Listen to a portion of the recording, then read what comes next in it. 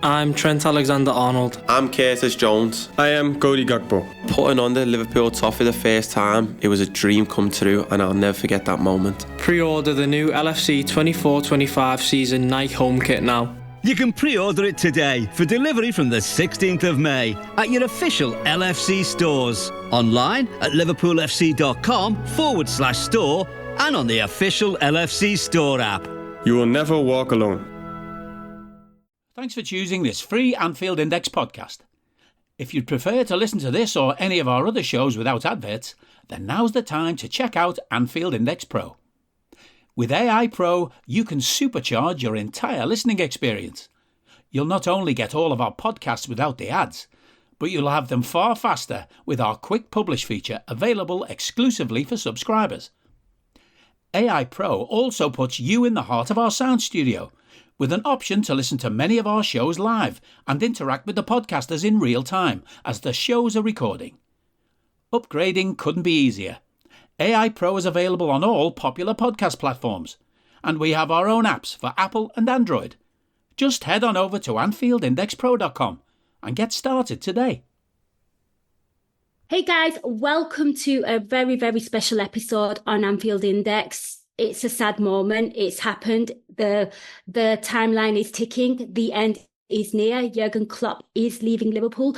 It's so dramatic to the point where I've started podcasting for this special occasion. And joining me on this podcast, I've got two incredible guests, my bosses, but they're also my friends and excellent Reds all round. It's Gags Tandon and Eddie Gibbs. Hi guys. Hello. So we've had a lot of time to think about, the whole Jurgen Klopp leaving and stuff. But you know what? I want to rewind and I want to go all the way to the beginning. I want to ask you a question. So Jurgen Klopp, when he was announced as Liverpool manager and, the build-up, guys, you remember the content on Anfield Index. We were churning it out. We had anticipation that he was coming. So I kind of want to ask you, what were your expectations? I mean, I had, my expectations of Jurgen Klopp and things, but what were your expectations of Jurgen Klopp when he first joined Liverpool? I'll come to Gags first on this one. He's very quiet. It's good to be back. It's been nearly a decade. Wow. And it's probably just under. It would be October next year, so a year and a half, I suppose, from it being a decade. But back then, we were in a bad place. Like if we compare where we are now to there, this is a much better ending and a much better, a manager leaving a club in a much better state, I'd say. But I think we were desperate for someone to come in to really change the culture of the club and change everything. And I think from what we had listened to you and Dortmund fans about, even though he struggled and a lot of fans were like, rival podcasts. I'm glad you mentioned that. They were on Twitter going, oh, what's he going to do? And it's all kiss ass now. But at the start, they all doubted him. And they were like, well, what's he going to do? He just had a really shit year with Dortmund. But I think when the Dortmund fans came on the pods and started talking, it was like they were saying they were just praising him to the high heavens and that he will bring structure, change. And, if he gets what he needs in terms of, players that he wants or what he needs, it's going to be incredible. So I think I was expecting a lot. I think even though I was expecting a lot, I didn't expect what we got, which was way better than what I expected. Because I think the bar was low. The bar was low in terms of what we were going to expect because of how shit we'd become and losing 7-1 or something. And it was really bad. It was really bad. So we were where Man United are now, I would say. We were at the bottom of the barrel. We were scraping the barrel. So I didn't have major European Cup and title winning expectations, but I expected us to be in the top four for sure. Yeah, I mean, you've hit some really interesting points there, Gags, because one of the things that John Harding said to me was on that pod was when he will break your players, because he did that at Dortmund, and that was the tail end of his time at Dortmund. And Eddie, I'm going to come to you because obviously we didn't make Champions League last season. He's got us back in. It was a transitional season. Almost went for like a title run as well, which I think exceeded the expectations. But how were you when he was first announced? What were you expecting from him? What were your expectations? Was your bar really low, like Gags was saying? Well, I was just a listener to Anfield Index in those days. I wasn't involved, so I was listening to you guys and those pods that you mentioned. And I remember some of the early pods. I think Anfield Index was one of the first to comment on actually being Jurgen Klopp. That was actually going to be Jurgen Klopp. I remember those podcasts not long after Brendan Rodgers was sacked, and the Anfield Index was right on the forefront of that, and you had loads of good content around that time. So that was. I've never been a massive follower of not like you, Nina, or some of the others on the channel of football outside the UK. It's never been a massive thing for me. It was when I was a bit younger, but I kind of moved away from that. And I like Gags. I was aware that Klopp had this really poor season at Dortmund, and it was almost like, is this empire builder? This you saw all the memes and the gifs and the things of charging down touchlines and this craziness and this bombastic sort of fella that you thought, this guy is absolutely incredible. And then you wonder, has the aura gone even at Dortmund? You know what I mean? Even before he came to Liverpool, and obviously he was stepping aside and he was going on a long break, and you just thought, is this guy just burnt out? Is that him? Is that Klopp? And we were never going to get to see that. And I suppose my expectations, when Klopp said doubters to believers, I was very, very much in the doubters camp. I really was. I listened to all the content. I was excited for him coming because I thought at least we're getting someone that has won stuff and looks like part. But I don't think my expectations for him would have been much different when Rafa was appointed. Rafa had obviously mastered his Valencia side over Real Madrid and Barcelona, and Klopp had done similar at Dortmund. So my expectations were pretty much that hopefully he can compete for a top four place. Like Gags, I never had these expectations of Champions Leagues and Premier Leagues. I've almost got to the stage by then thinking Liverpool are a cursed club and there's no way we're ever winning the Premier League. It was pretty much my mindset was like that at the time. So no matter how good he had been, I didn't think that was going to be achievable. So my bar was effectively for Liverpool to start competing again, and that's what I hoped for. So that was my expectation of him, and I mean, it's been massively surpassed, which we'll come on to, but it was very much a doubter, and very not so much about the man, maybe about the club and the way that the club act as well. We'd seen it with Brendan Rodgers and the way, I always remember when Liverpool sold Luis Suarez and how we replaced him with the money we got for him. And it was, and the way that FSG, even when they sold Fernando Torres and the way they replaced him, even though we did get Suarez from the back of that, I thought these guys are just not clued up enough. And no matter who comes in as a manager, these guys are not going to deliver what we need or want as Liverpool fans. They say the right things, but I just didn't have that expectation of what we went on to see. Yeah, I mean, obviously, you guys know my expectations were high. I didn't think he was going to win a Premier League, though. I can't lie. So he's really surprised me there. I also thought he's going to bring over a lot of the Dortmund players. I'm so glad he did not follow the Ten Hag model. And he had money to spend and he did the good thing. Yeah, he exceeded for me. But Gags, I'll come back to you. So, you've kind of touched on some things there, and, you were pleasantly surprised by all that Jurgen Klopp's done. We saw the heights of 2019, Liverpool winning the Champions League again. Klopp etches his name into the legends, wall. And of course, 2020, we won the league. 30 years and waiting, it happened. I mean, for you, what was like the pinnacle moment of like the Klopp era where you used to watch Liverpool and you were like, we've got this, we're winning this. I have no stress and no football anxiety. I think it wasn't one season. It was a combination, like an end of one and going into the other. So it was 2018-19 was actually, I think, his best ever season, just because he got to the final. He won the European Cup and got to the final the last day with City, and it was an incredible run. I think it was like one, apart from the Man United draw, I think it was something like 10 in a row or 12 or 13 in a row, something stupid in a row was won at the end of the season, and both teams won all the games, and it was just like neck and neck. There was no dropping points like this year.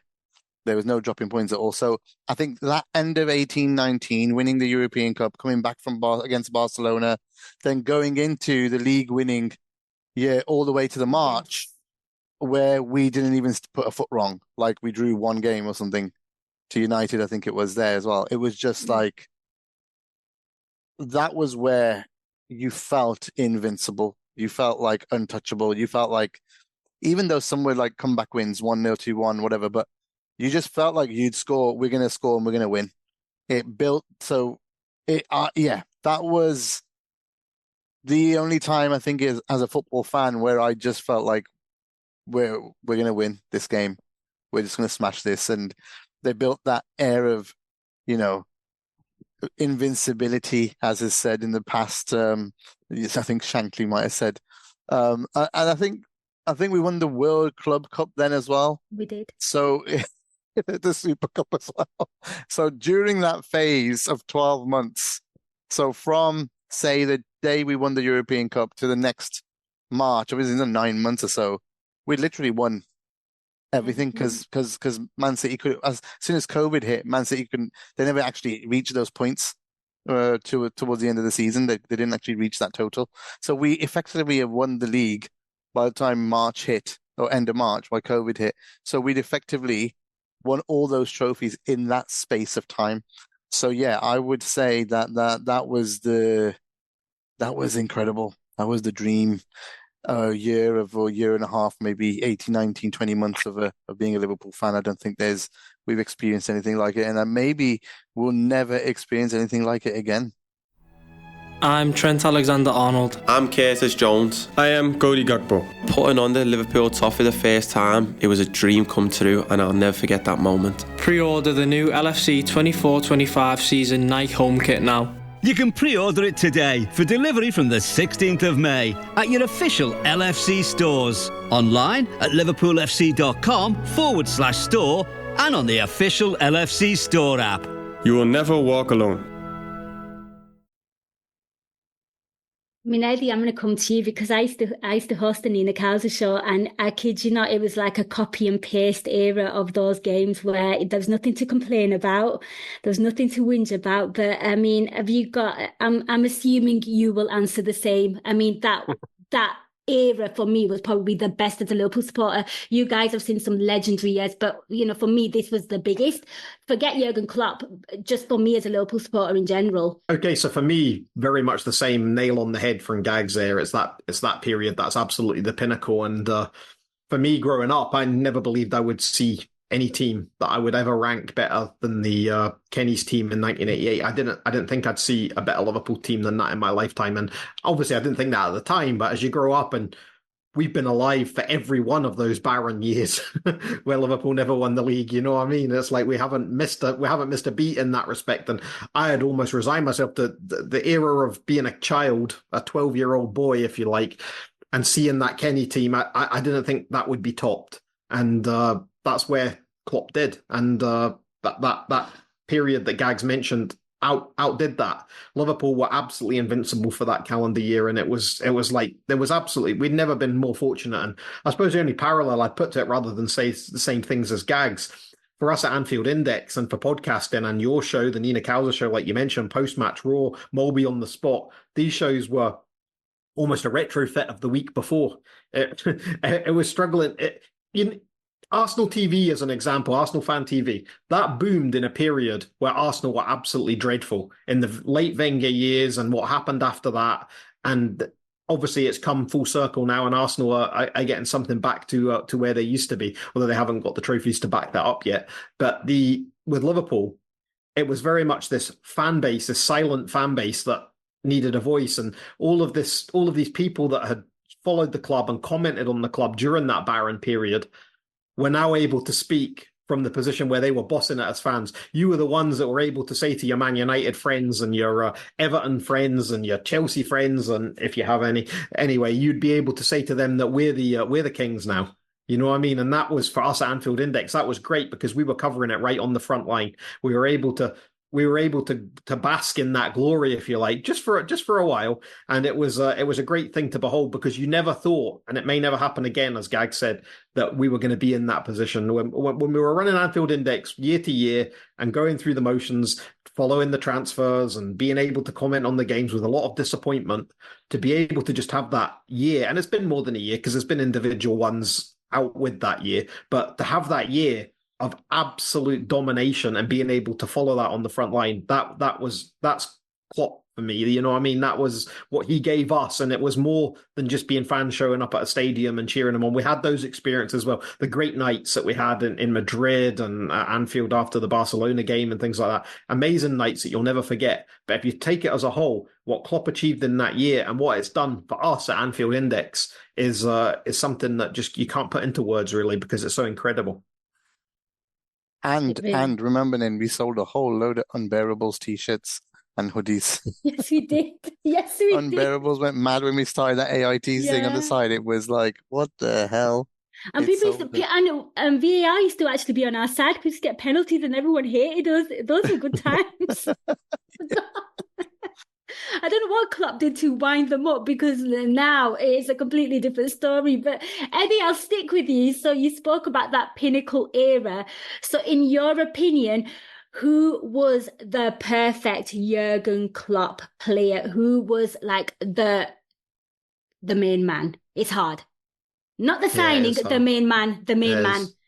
Who epitomizes a Jurgen Klopp signing for you?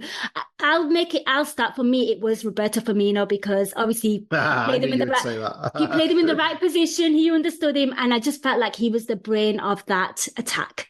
You could say Ginny as well, actually, but yeah, I'm going to say Roberto Firmino. Yeah, I think this is a question that will get different answers across the board from most. I don't think there'll be a consensus here, because everyone will have their own opinion on it, and I think it would be, from a completely subjective point of view, it'd be very hard to argue with any answer anyone gives, because I'm sure they're all going to be valid in their own right. So it really just comes down to favoritism in the end. It's and what you think. But because Gag spoke about that year and that being the pinnacle, I'm going to have to say Virgil van Dijk, because for me that. He's both to me. He's not just the most influential Klopp player, he's the best signing as well. So he wins both of them for me, because as we've seen this year, and it's very fresh in our minds, if you do have a leaky defence, you don't win the big pots. It doesn't happen.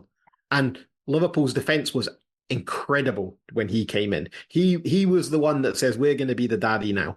And that was what happened. And he was the main catalyst of everything that followed in terms of those titles for me. So for me, it has to be him. And I also think he was the best signing of the Klopp era, even though it was a record fee. No one had spent anything like it. To convince him to come when he had the options to go to the sort of money clubs, and to get him here, it defines the Klopp. He's the player that defines the Klopp era for me, and I know others will have different answers. And as I say, I would agree with anything anyone says on this, because they'll have some great points. But for me, it's Virgil van Dijk.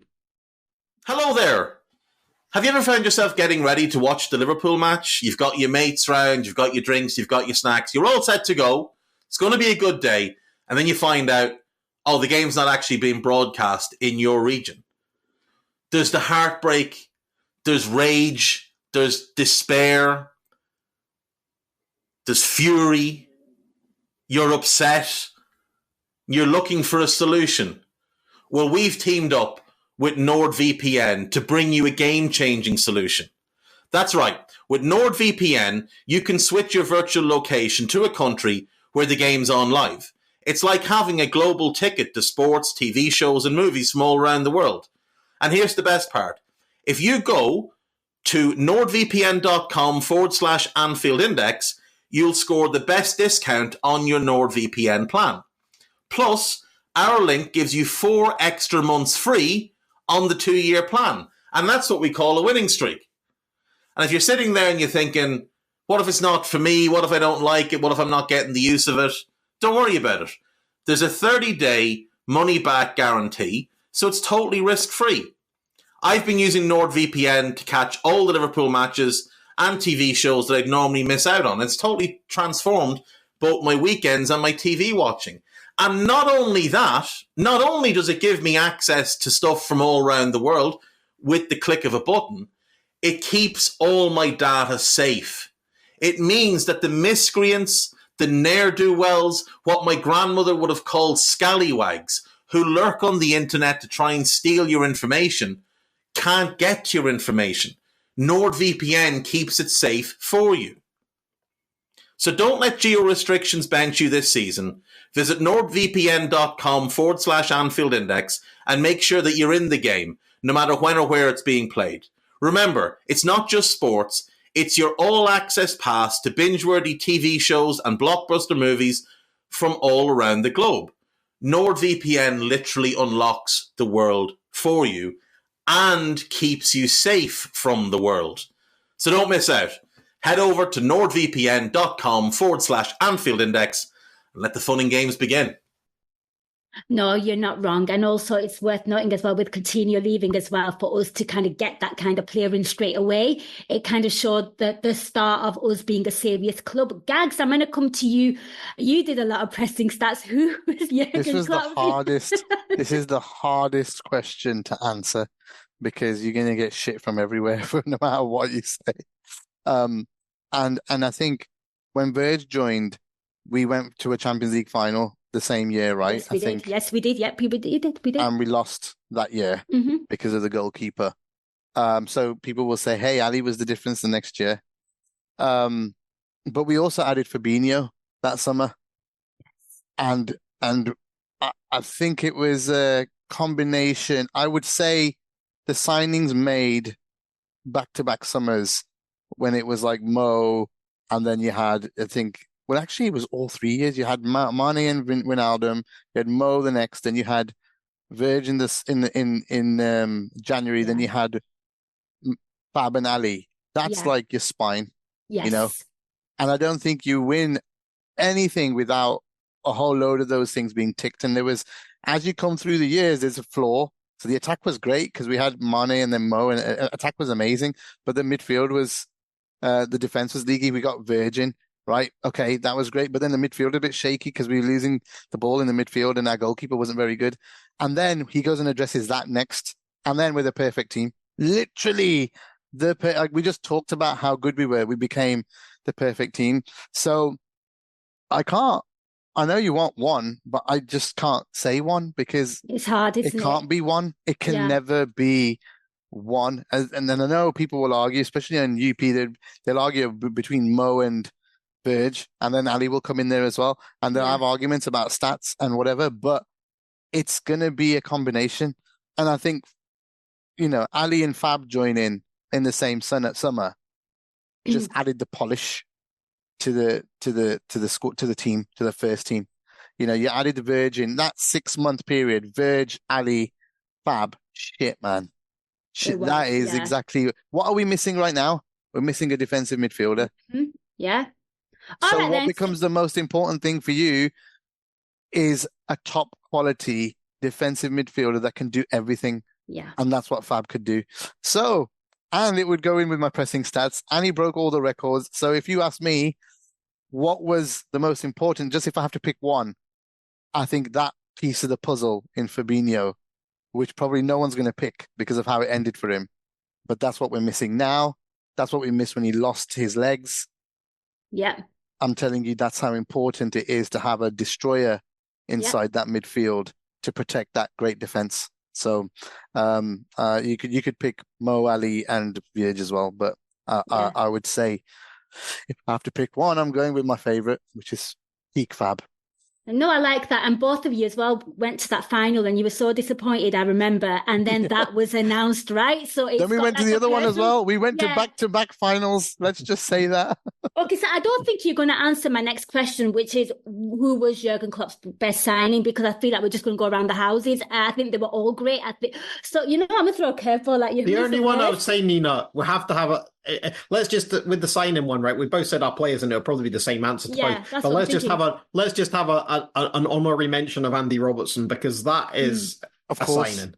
Yeah, that is a hell of a signing. You know what I mean? In terms of pound for pound value, I don't think anyone's matching that. You know what I mean? And I think that's one of the greatest signings of the Premier League era. Never mind Jurgen Klopp or Liverpool era. So I think an honorary mention for him on the signing. Well, the fact that he got two fullbacks in that cost Andy Robertson's cost, because Trent came through the academy.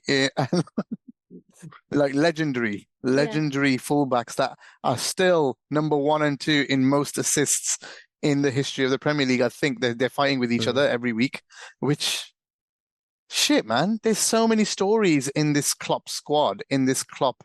Like you mentioned Bobby, we haven't even mentioned Mane yet. Like Sadio deserves and all the Ginny plaudits. always being fit. Yeah, you know, and no one's like, Hendo. Nobody wants to mention Hendo anymore. But there was loads of players. Emre Can at the start, I thought he was great. Nobody liked him, but he was awesome. He's playing a European final this year, by the way. Captaining as well. But there's so many players that we're just not gonna mention, but they all played a part. But like you said, the big ones were the ones that we mentioned earlier. Yeah.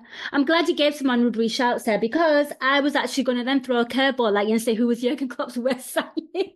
Well, I think that, again, pound for pound, it's Naby Keita. It has to be. I just don't think there can be any argument about that. The expectation that he came in with, the excitement that he brought, we were all hoping that he would come in earlier when there was the opportunity. I think we had so many injuries, we were all hoping that something could have been done to have brought him in that bit earlier, and it never happened. And I remember him showing up in that first game against West Ham, and we'd seen a bit of him in pre-season training. We were so excited about the creativity that this guy was going to bring, because even though we just went through that peak era, and we were so excited about that what the midfield was. Well, we weren't excited. That was the thing. The midfield was being called all sorts about how mundane it was. It was just an engine room, effectively. But that was what it needed to be, and that shows that Klopp knows better than the fans when it comes to that midfield. And we hope that Naby Keita would come in and unlock some of the creativity. We hardly ever saw any goals from our midfielders, but the front three were scoring all the goals. So for me, in terms of value, in terms of expectation, it has to be Naby Keita.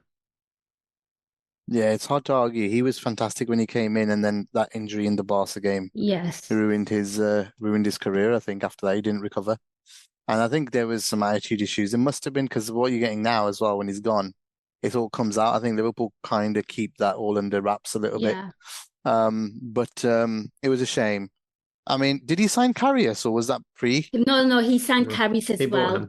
Yeah, Karius was, I think the concussion was a big talking point, but I don't think he was very good before that either, to be honest.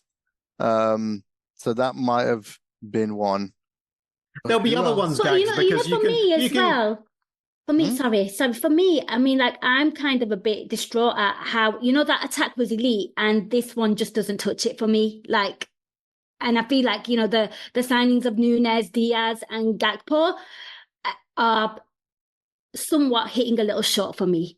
I'm going to be real with you. That's because you're comparing them to the previous, but they're not failures, if you think about it. They're not failures, but they just don't, for me, they don't, like, they're not clinical. I can't put my finger. They're not clinical. They're not.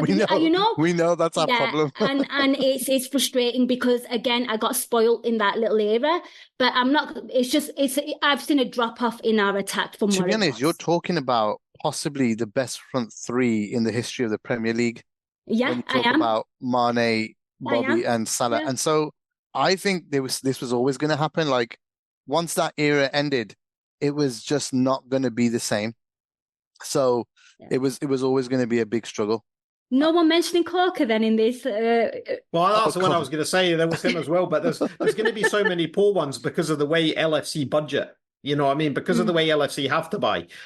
You can't hit gold every time, you know what I mean? And you have to do, and that Colco one was obviously just a stopgap, you know what I mean? So there's gonna be ones like that. There's gonna be all sorts of players you could look at other ones that never made the grade at Liverpool, like someone like Marco Grujic or someone like that. But Liverpool still made a good profit on that in the end. So it's not a bad signing, but it's not a good. Liverpool never got a good player for what someone that was going to become a first team player out of it anyway. But there'll be countless names like that you can think of. But in terms of the worst signing, but it's as I say, for me, just for the overall package and the expectation and the fee, it's Naby Keita. Yeah, luckily he made lots of world-class signings. So, there were just a few bad ones, and that's absolutely fine. Would Thiago fit in there somewhere? I think so. It's the injuries, isn't it? It's just value-wise. He's on like 200 and something K. Like, that's way more than Naby was on. It's probably on like 100K more than Naby. And for as excited as everyone was with that signing, it wasn't like you couldn't see this happening, putting someone like that, like what you said about John Harding, Klopp will break your players. You know what I mean? We were signing someone that was already broken, you know what I mean? And because of that, it's not like he's going to get repaired under Klopp, is it? You know what I mean? When he shows up to a Klopp session and gets told how much he's going to have to run, you know what I mean? It's not like anyone couldn't have foreseen how the Thiago thing may have ended up. Probably not quite to this level where he's effectively just missed a year and a half's worth of football. But it's one of those. He was in that run where Liverpool were going for the quadruple. He was pretty prominent within that, you know what I mean? So we got to see the best of Thiago. I don't think that it's a case of we just bought a complete dud and he was completely hopeless. Because, no. He's when you see a player play football with the grace he does, your eyes just beg a belief at times to some of the things that man can do. When he played, he was awesome. Let's not forget, he put him in that Chelsea game in the second half, and he just wiped all the stats. I mean, that is the first time ever Jurgen Klopp has not phased in a player. He was so confident with him that he just was like, go out there and play, and he just dominated all the stats. And him pointing fingers, it was that he had so much about him, but it was the injuries. You're spot on. I don't know if I could put that one in the same bracket as Keita, to be honest. I don't think I can quite go there for the fee and for the expectation. But Thiago, probably a poor signing when you look back with hindsight. But I've never thought that at any point until probably this season. So I don't know. Yeah. I'm not sure I bracket him as the worst. Yeah, missed a whole season this season, which is mad. Yeah. Yeah, mad. It is actually, yeah. Right, Gags, I'm going to come back to you. For you, what is Jurgen Klopp's most enduring legacy at LFC? And do you think his philosophy and how he is as a man, do you think he's like really, really transformed things at the club with the culture and the football side of things? Yeah, I think it was a combined, this part was partly, I mean, you probably give a lot of it to him around the players and stuff, and you know, some of the things they brought in, how accepting they are of everyone, and how much you can hear the players talk about it being a family and a no dickhead zone. But also then to create that culture, you have to buy well. And I think it also, at the start, when we were recruiting with Edwards and Graham and the scouts, oh God, how can I forget their name? Fallows and Hunter. And, you know, all these people that put this time in to build this no dickhead policy and all the other things that they were doing at the time, the deepness that they went into people's backgrounds and players' backgrounds, and make sure that personality would actually fit into this culture, this squad, and be able to just go with it and not be ego-driven. There are egos, you know. I know Virgil had an ego, Hendo had an ego, Mo's got an ego, but they can put it aside for the greater good. Yes. To work with the team and to help people through. You see Elliot talking so much about Mo, how much he helped. Other players saying how much Mo's helped them. You'll hear the same about Hendo, Milner, Virg, Wijnaldum in the past. You know, you'll hear about so much that it's such a good atmosphere to be in. So that was something that Klopp bought. And the club, I think it just became a real perfect storm of the manager and what he believes in, and also what the club was thinking of at the time and building on the side at the time as well. And that just all merged together to become something, you know, something that we'll never, ever have, maybe ever again. I think that's why those 2 years were so incredible. But I think his enduring legacy is being able to compete with the monster that is Man City, and being the only team to ever beat them, I hope. By Sunday, it's still the same before he leaves, that whilst he was here, that no other team could topple them in terms of on a fair ground, as in it has to be either them or Liverpool that won it. And I think he did it without spending incredible amounts of money. We had to sell Coutinho to be able to bring some of those players in. And it wasn't like how Arsenal have spent. You couldn't compare it even if they won it now. Chelsea have spent like mad. You look at United spending like crazy. I mean, they've not achieved anything for a while, but you just look at all the other teams who've outspent Liverpool and what they've done. And this guy, whatever player he's brought in, he's made as much of a success as possible. So I think his legacy is the fight. Like, How many times have we been to Anfield, backs against the walls, coming back and winning, or gone to Anfield and obliterated teams like Man City in Champions League semi-finals and Roma? And like the memories that I'll have as I only get the Champions League home game tickets and going to all of those at that time, from when he first joined all the way up to like last year or the year before, that I was trying to attend all of them. There's some incredible memories, man, there. That legacy of, like we said, it's just so much fun knowing you're going to turn up and you're going to get exciting end-to-end football. It was a very rare occurrence, probably because of the opposition. You turn up and it's a shit game or it's a boring game with Klopp. The legacy is we're going to try to win. I've never seen a Liverpool team go for a draw. Hey guys, it's Eddie Gibbs from Anfield Index here. I hope you're enjoying this podcast, and I'm sorry to call time on the show before it ends. In the current climate, it's tougher than ever before to offer podcasts for free. At Anfield Index, we produce over 75 free shows every month, which I'm confident is unparalleled in the LFC sphere. Whilst we'd love to offer everything for free, the production costs now make this impossible. That said, we don't want to follow the model of other channels and lock all of our content behind a paywall. So what we've decided to do is to continue offering every show for free, but cut that offering to 30 minutes on our longer shows. So to get all of our shows in full and enjoy the best of everything we have to offer, we really hope you'll consider supporting the channel and signing up at AnfieldIndexPro.com. For about the price of one cup of coffee, you'll get every podcast in full with 0 ads.